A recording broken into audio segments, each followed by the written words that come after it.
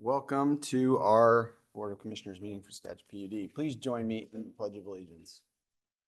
I pledge allegiance to the flag of the United States of America and to the republic for which it stands, one nation, under God, indivisible, with liberty and justice for all. All right. So Commissioner Hamburg. I motion to approve consent agenda items 1 through 5. I guess I'm on a second. We don't need a second, but there's two of us. So moved.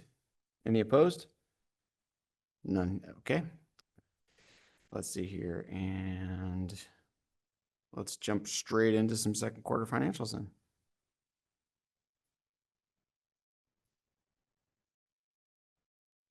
All right. Thank you very much. Today we'll be talking about the second quarter of the year. Brief overview of the things we'll cover about revenues and some non-operating revenues, the expenses, bottom line.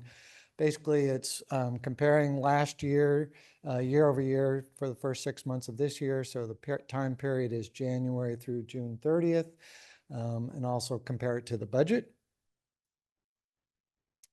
At the end of June, we had $25.3 million of total district funds. About 60%, just over 60% is general revenue. We're up to $7.6 million of system development funds. And then we had $2.3 million in debt service funds. We accrue those throughout the year, and this was as of June 30th. And then on July 1st, we have a large bond and interest payment of $1.4 million. So that's what we're accruing that money for. And then we pay that out for 4 different times during the year. With the LGIP, we have $22.4 million invested. This is the state investment pool. All of our excess or reserves are invested with the state at this time. And you can see the trend basically for the past year up there. This was June of last year that we were getting about 5.4%. The LGIP tracks very closely to the federal treasury rate, the 2-year treasury rate. It lags a little bit behind. So right now we're earning about 4.4% interest, which is about $80,000 per month. So that contributes to our overall district funds. Consumption, you might remember the first quarter of the year, we were down. So this is 4 years of data. January of 2025 is this darker color. The first 3 months of the year, we were down about 10% from the prior year, mainly because we had that large freeze. So February and March of last year, we had a lot of consumption, either people trying to prevent freeze and leaks or that actually had leaks, but consumption was up last year. So this year we were down about 10% for the first quarter. And then in the second quarter, you can see we've exceeded last year by about 4%. So overall, we're down 3% for the year to date, January through June. This translates to revenue per month. We track pretty well to the budget. The budget is the black line on this graph. And then I've got 3 years worth of data. And you can see that just about every month we've met or exceeded the budget. Looks like March we were a little bit below, but we're on track for the year. In number form, I like how the lines go right through the numbers, but we'll try to do it here. They're not going through. We've got current month to date, just under $3 million of water sale revenue. You can see we're at 15.6, so we're up about 4% over last year and about 105% of budget. So we're doing well compared to the budget.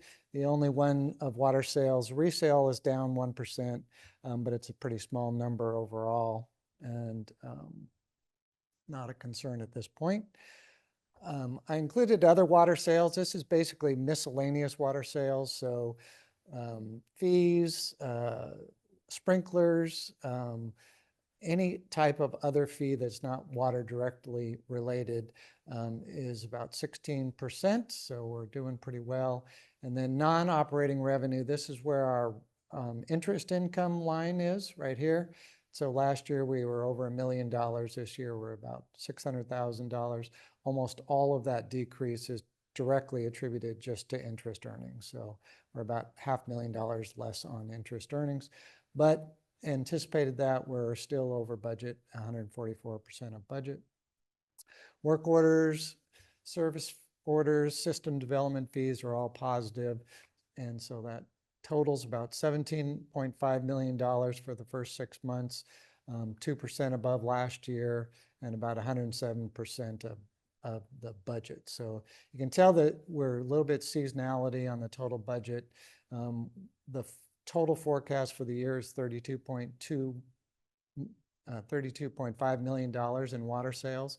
So we're halfway through the year, but the budget adjusted for seasonality is just under that amount. So we'll expect the next 2 or 3 months to be in the $3+ million per month, and that'll bring us in line with the budget forecast. Operating expenses were about $9.7 million. It's a 12% increase over last year, so a pretty big increase over last year, at least for the first 6 months. One of the reasons for that is salaries, wages, and benefits. That's about 11% and by far the biggest number. And it's partly attributed to, we had one new position added last year in the water treatment plant in the second half of the year. So we're comparing one more employee basically for this year compared to last year. We also had a couple of retirements, and those people are eligible to get paid out over time for the first couple months of this year. So that's happening. So I imagine that this will come a little bit closer in line with decrease the percentage change. But I do point out that we're at 92% of budget. So all of this was anticipated and in the budget. The third part about it is our capital. So depending on the projects, depending on the capital projects, and also work for others, we can capitalize salary and wages, and that'll take it out of operating and move it into the capital project costs. So that'll continue this summer when we're doing more projects. A lot of projects are just now getting underway, and we anticipate capital construction to pick up the second 6 months of the year. Let's see. The other one I'd point out is tech SCADA support projects. These are driven by projects, and so we can spend a lot of money in a short period of time. So we're spent 22% higher than last year. It also includes a lot of maintenance contracts and annual subscription contracts for software. So that's an annual expense. So it kind of front loads our expenses for the entire year in the first 6 months of the year. So this should level off and come back in line. Goods and services, this is also up 12%. The two biggest contributions are utility costs for the district and also insurance. And so we've been looking at insurance and talking about insurance. Jay is actually working on next year's insurance rates. So unfortunately, the bad news is insurance continues to be one of those goods and services that is increasing at an exponential rate. So that has gone up substantially from last year. Utility taxes is in line with sales. And then construction in progress, as I mentioned, last year we had about $13 million of capital construction. This year we're about $4 million. This is the construction costs that we're able to capitalize and reallocate out of the operating expense. So that should go up the second 6 months of the year too. New services for the year. This graph is 71 total new services for the year. So this is by month stacked up. So this is January, February, March, et cetera. As you can see, we have averaged the prior 3 years about 77 services per year. So we're down slightly. It's interesting to go back further, 2021 through 2019, we were doing about 115 services for the first 6 months of the year. So it's in line with the last 3 months, but the prior 3 months, or prior 3 years, sorry, excuse me, before that. So we've kind of hit a plateau and are growing at a slower rate, but it looks like it's continuing for what that rate has been the last 3 years. New services are one of the 4 other capital contributions on this graph. We have work orders, that's work done for others and they pay us to do that work. Donated plant or developer projects that are, to put in a new, say, apartment house. They do some of the work and then tie into our water system and then donate that as a contribution to us, and then it becomes our asset. System development fees are for the right and privilege to hook up into our water, pay for the past and present and future expenses of the system. And then services are what I just showed you before on the slide before, new services. We average about $500,000 a quarter in combined income for this. So that would be $1 million for the budget for the first 6 months of the year. And we're right on track, just over $1,015,000 for the first 6 months. The only thing that's a little bit lagging right now is donation, plant donation, and that just happens when developers finally get the projects done and actually get the bill of sales to us and we can close out the project. So this will spike up later. We had one big one last year for $500,000, and that's kind of an outlier. But all of these categories are at or meeting budget expectations, so that's a good sign. And then finally, the cash flow summary. This is just a year-over-year comparison, summarizing a lot of what I just covered, but we're up about 2% total revenue from last year. So $17.5 million. Operating expenses, we went through that. We're up about 12%, but well within budget. Capital expenditures, this is a significant change. Last year we had about $28 million of capital expenses budgeted. We had this building going on, plus a couple of larger projects, so we were spending more money according to the CIP. This year's budget, we're at 4.2, but we're budgeting 15 million for the entire year. So we're slightly below where we should be in the middle of the year, but a lot of projects are just going into the construction season. There's no change in debt service, $2.4 million on a monthly accrual. Positive cash flow of $1.2 million. And then on the reserves, according to our financing plan and the CIP schedule, we've been spending down these reserves to pay for the capital projects that have happened in the last 2 years, 3 years, but we still have $25.3 million in reserves. So we're looking good there. And that's all I have, unless there's questions. Nope, not for me. Yeah. The other finance update, the audit is going on right now. They've been working with us for probably the past 3 weeks, and I'd say they're about a third of the way through. So you'll be getting emails about the exit conference probably in August, maybe mid-August, and we'll coordinate that so that everybody can attend that it wants to, and we'll schedule that. We plan on doing it live again, like last year, so that'll be coming up. All right. Great, thank you. All right, excellent. So we will now move on to audience comments. Seeing staff and team here in the room. If you are online and would like to make a comment, please use the raise your hand function. Seeing none. All right, so general manager's report. Let's roll into it. Here we go. All right. Good afternoon. Hey. Yeah, we are in the dog days of summer, so it's been pretty quiet around here the last couple of weeks. But as you know, last week we had Waputa here for 3 days. So they seemed to have a good time. I overheard some positive comments from some of the commissioners about our building and the facility. And special thanks to Shannon for her work in helping coordinate the event. It seemed to be seamless, so that was great. Great to have them here. And then one other thing that I have is just a little bit about a community outreach we've been doing The Thirst Buster was up at Concrete last Thursday for the 18th Annual Youth Appreciation Day. It was up at Silo Park. And the event it's hosted by United General Hospital, and it had over 600 people with over 45 community booths. Customer service supervisor Gary Broughton and I were there busy all day handing out water bottles and quizzing kids about their water knowledge, and Thirst Buster was pumping out water. It was really hot that day. And actually a girl passed out at one of our booths. So I had to call 911 for that. So it was put a little bit of a extra little zing into the event.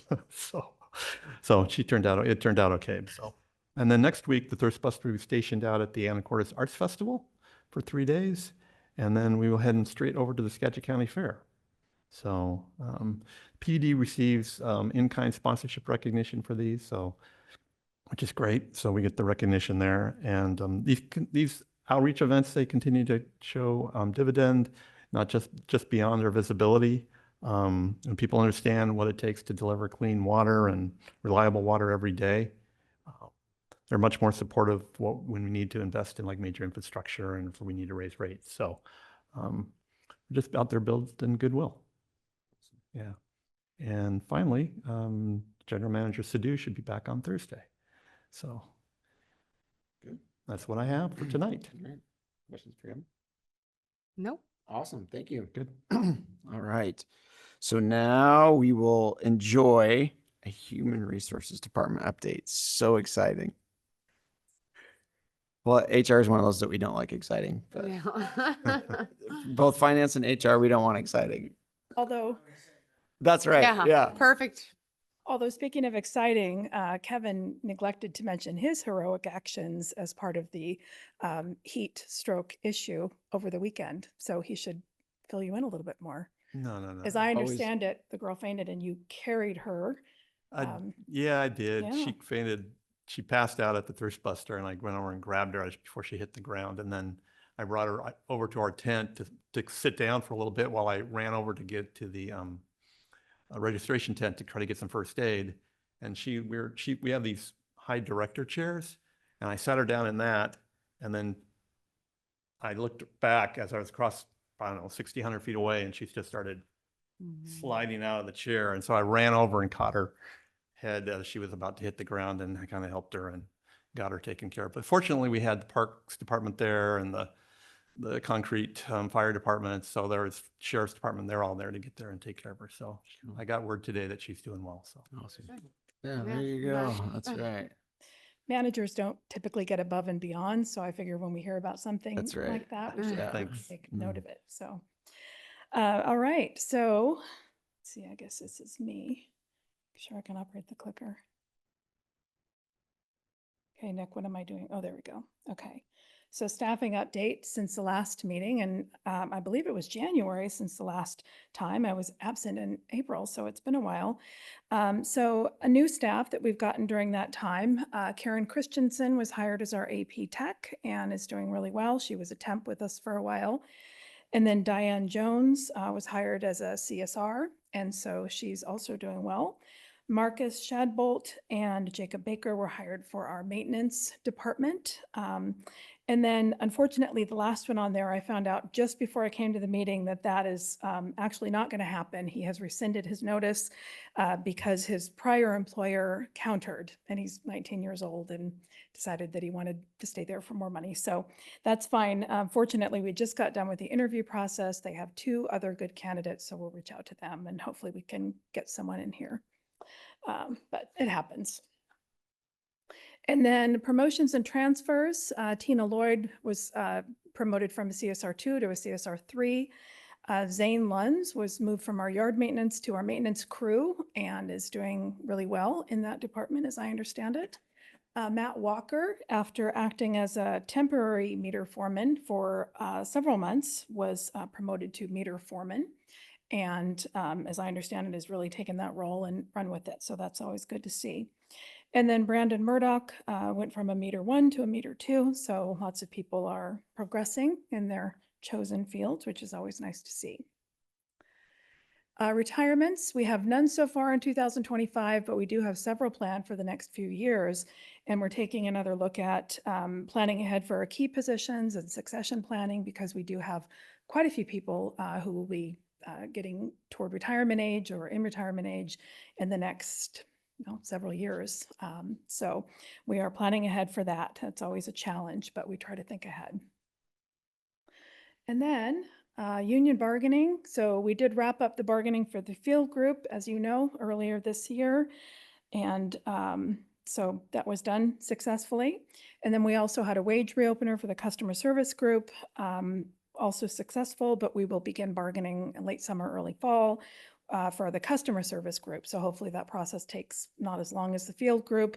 But we'll see how that goes. We're just getting done with the first couple years of that contract. It was a new contract for our customer service group. So we'll be bargaining that. And I don't know who I'll be bargaining with, but I guess I'll find out as it gets closer. Been a lot of changes in the union side. So, all right, large projects that we're working on right now. We're in the middle of a compensation study for our non-rep employees. So one thing that's been very helpful in that process is the fact that we updated all of our job descriptions over the last couple of years. They were in various states of being old, new, some were updated, some weren't. So we have a consistent format for all of our job descriptions. They're all updated, and obviously job descriptions are living documents, and we try to stay current and focus on current and future operational needs and staffing needs, but that's been really helpful. It's still a slog. It's a lot of information to go through. And one thing I've noticed as I go through this, that a lot of our comp agencies and entities have done compensation studies. And I knew that they were doing this just from talking to other HR people, but a lot of them have done comp studies in the last couple of years. A lot of their positions have changed, but a lot of our positions have changed too. So, and as always, we don't look at the job title. It's a good start, but it doesn't tell you what the essential functions of the role are, and every entity is just a bit different. So we're in the middle of that, and any changes will be effective in January, along with the 2026 COLA. So we are getting it done in time to be included in the budget process. I have a quick question, Kathy. Yeah. Just so, I mean, I've asked this of George before, but Sure. just so that other people know that may be listening, who not very many people do, unfortunately. Mhm. When we do our comp studies, Mhm. how do we determine what entities we are going to be comparing with?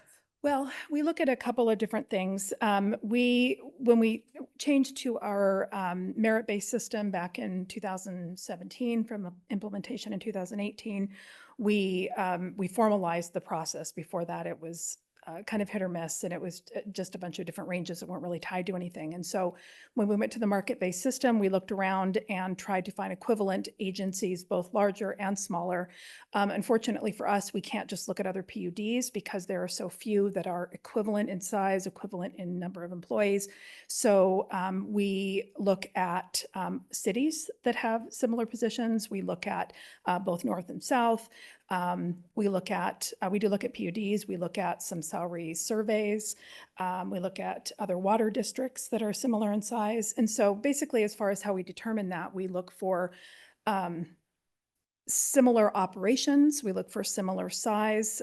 But that being said, you're not going to find an apples to apples comparison. So you look at, larger, you look at smaller, and as much continuity of operations as possible. So we get a nice variety.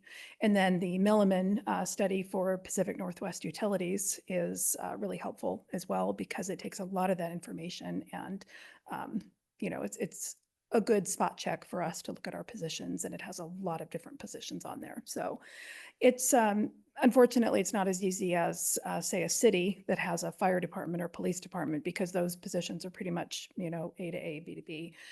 Ours is a little bit different. We're smaller, and some of our people wear a lot of different hats. So I guess that's a long-winded answer to the question, that we No, try it's to look great. as much. It's complicated. It really is. It really is. But all the work that we've done over the last 5, 6, 7, 8 years has really gotten us to a process that works for us. And as we fine tune it, it'll even get better as we go along. Yeah, and providing truly comparable. Yes. Yeah. And we'll look at Waputa as well, but typically with Waputa, it's only key positions. It's management positions and some key positions. It's helpful, but it's not comprehensive. So Thank you. you're welcome. All right. Unless we have any other questions, I will move on to the annual evaluation process. So that is also currently in process. The annual evaluation process is done mid-year for our non-rep employees, so it can be included in the budgetary process because it includes the merit increases tied to the performance process as well. We also have incorporated a self-evaluation portion of that, and Shannon has been truly amazingly wonderful and instrumental in getting this process in Laserfiche and automating that and making it so much easier for all of us. So we have a much clearer process that we've really tried to fine tune over the last couple of years and after some confusion on everybody's part about where we start.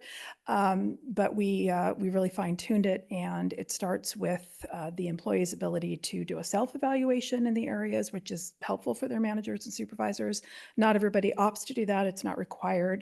It's encouraged, but we do have quite a few people that take advantage of that. And then once they start that process, then it goes to their supervisor, and then there's always HR and GM review for consistency. And so we're in the middle of that process right now, and it can be time consuming, but it's something that we've also brought consistency to over the last 7 years or so. All right, and then HR records, that's just an ongoing project. We started quite a bit early in preparation for the move because we had a lot of old records from way before I started in the position. But at this point, most of the HR records are now digitized. It makes life a lot easier, and the organization of the HR drives and records continues, but we've really digitized most of that information, and it's really helpful. It made it a lot easier for the move, even though we still had quite a bit of stuff that we still have to keep. It made that process much easier for us, and it will moving forward as well. And Krista is bound to determine to reorganize the HR files and to keep me as organized as possible, and I fully support that endeavor. So that's all that I have to talk about, unless you have any questions for me.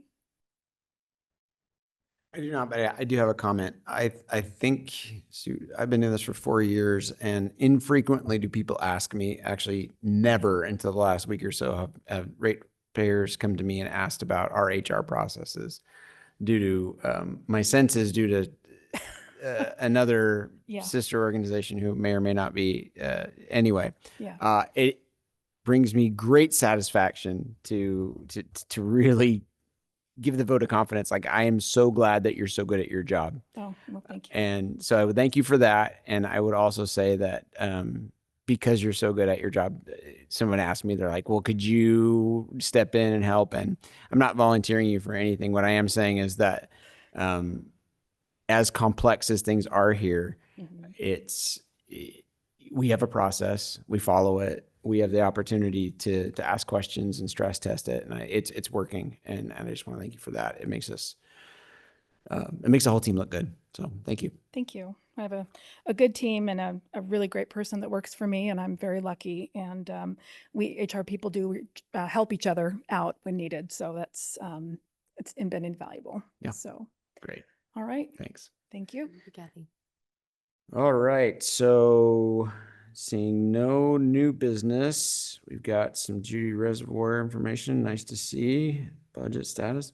Commissioner comments. Karen, anything? I have nothing. So I had a chance to sit in on the Waputa things, and I will just second what everybody said. They could not thank us. They would not stop thanking us for hosting. And to a commissioner, they were just so excited about our building and like jealous. So it was kind of like your parents are gone because George wasn't here. So we got to throw a party, and all our friends came, and we're super jealous of our new water temple that we have here. And it's always fun to get together with the other commissioners and talk about, and there's not a single like PUD out there that I would trade our team or problems for. So we're from a statewide. Also noticed that Joe is not here with us today, so we miss Commissioner Lindquist, but wish him well and having fun with his family. And Mark, happy haircut. Just throw that out there. Yeah. All right, so hearing no other business, and for a change, we will not be going to executive session, so we will adjourn at 4:59.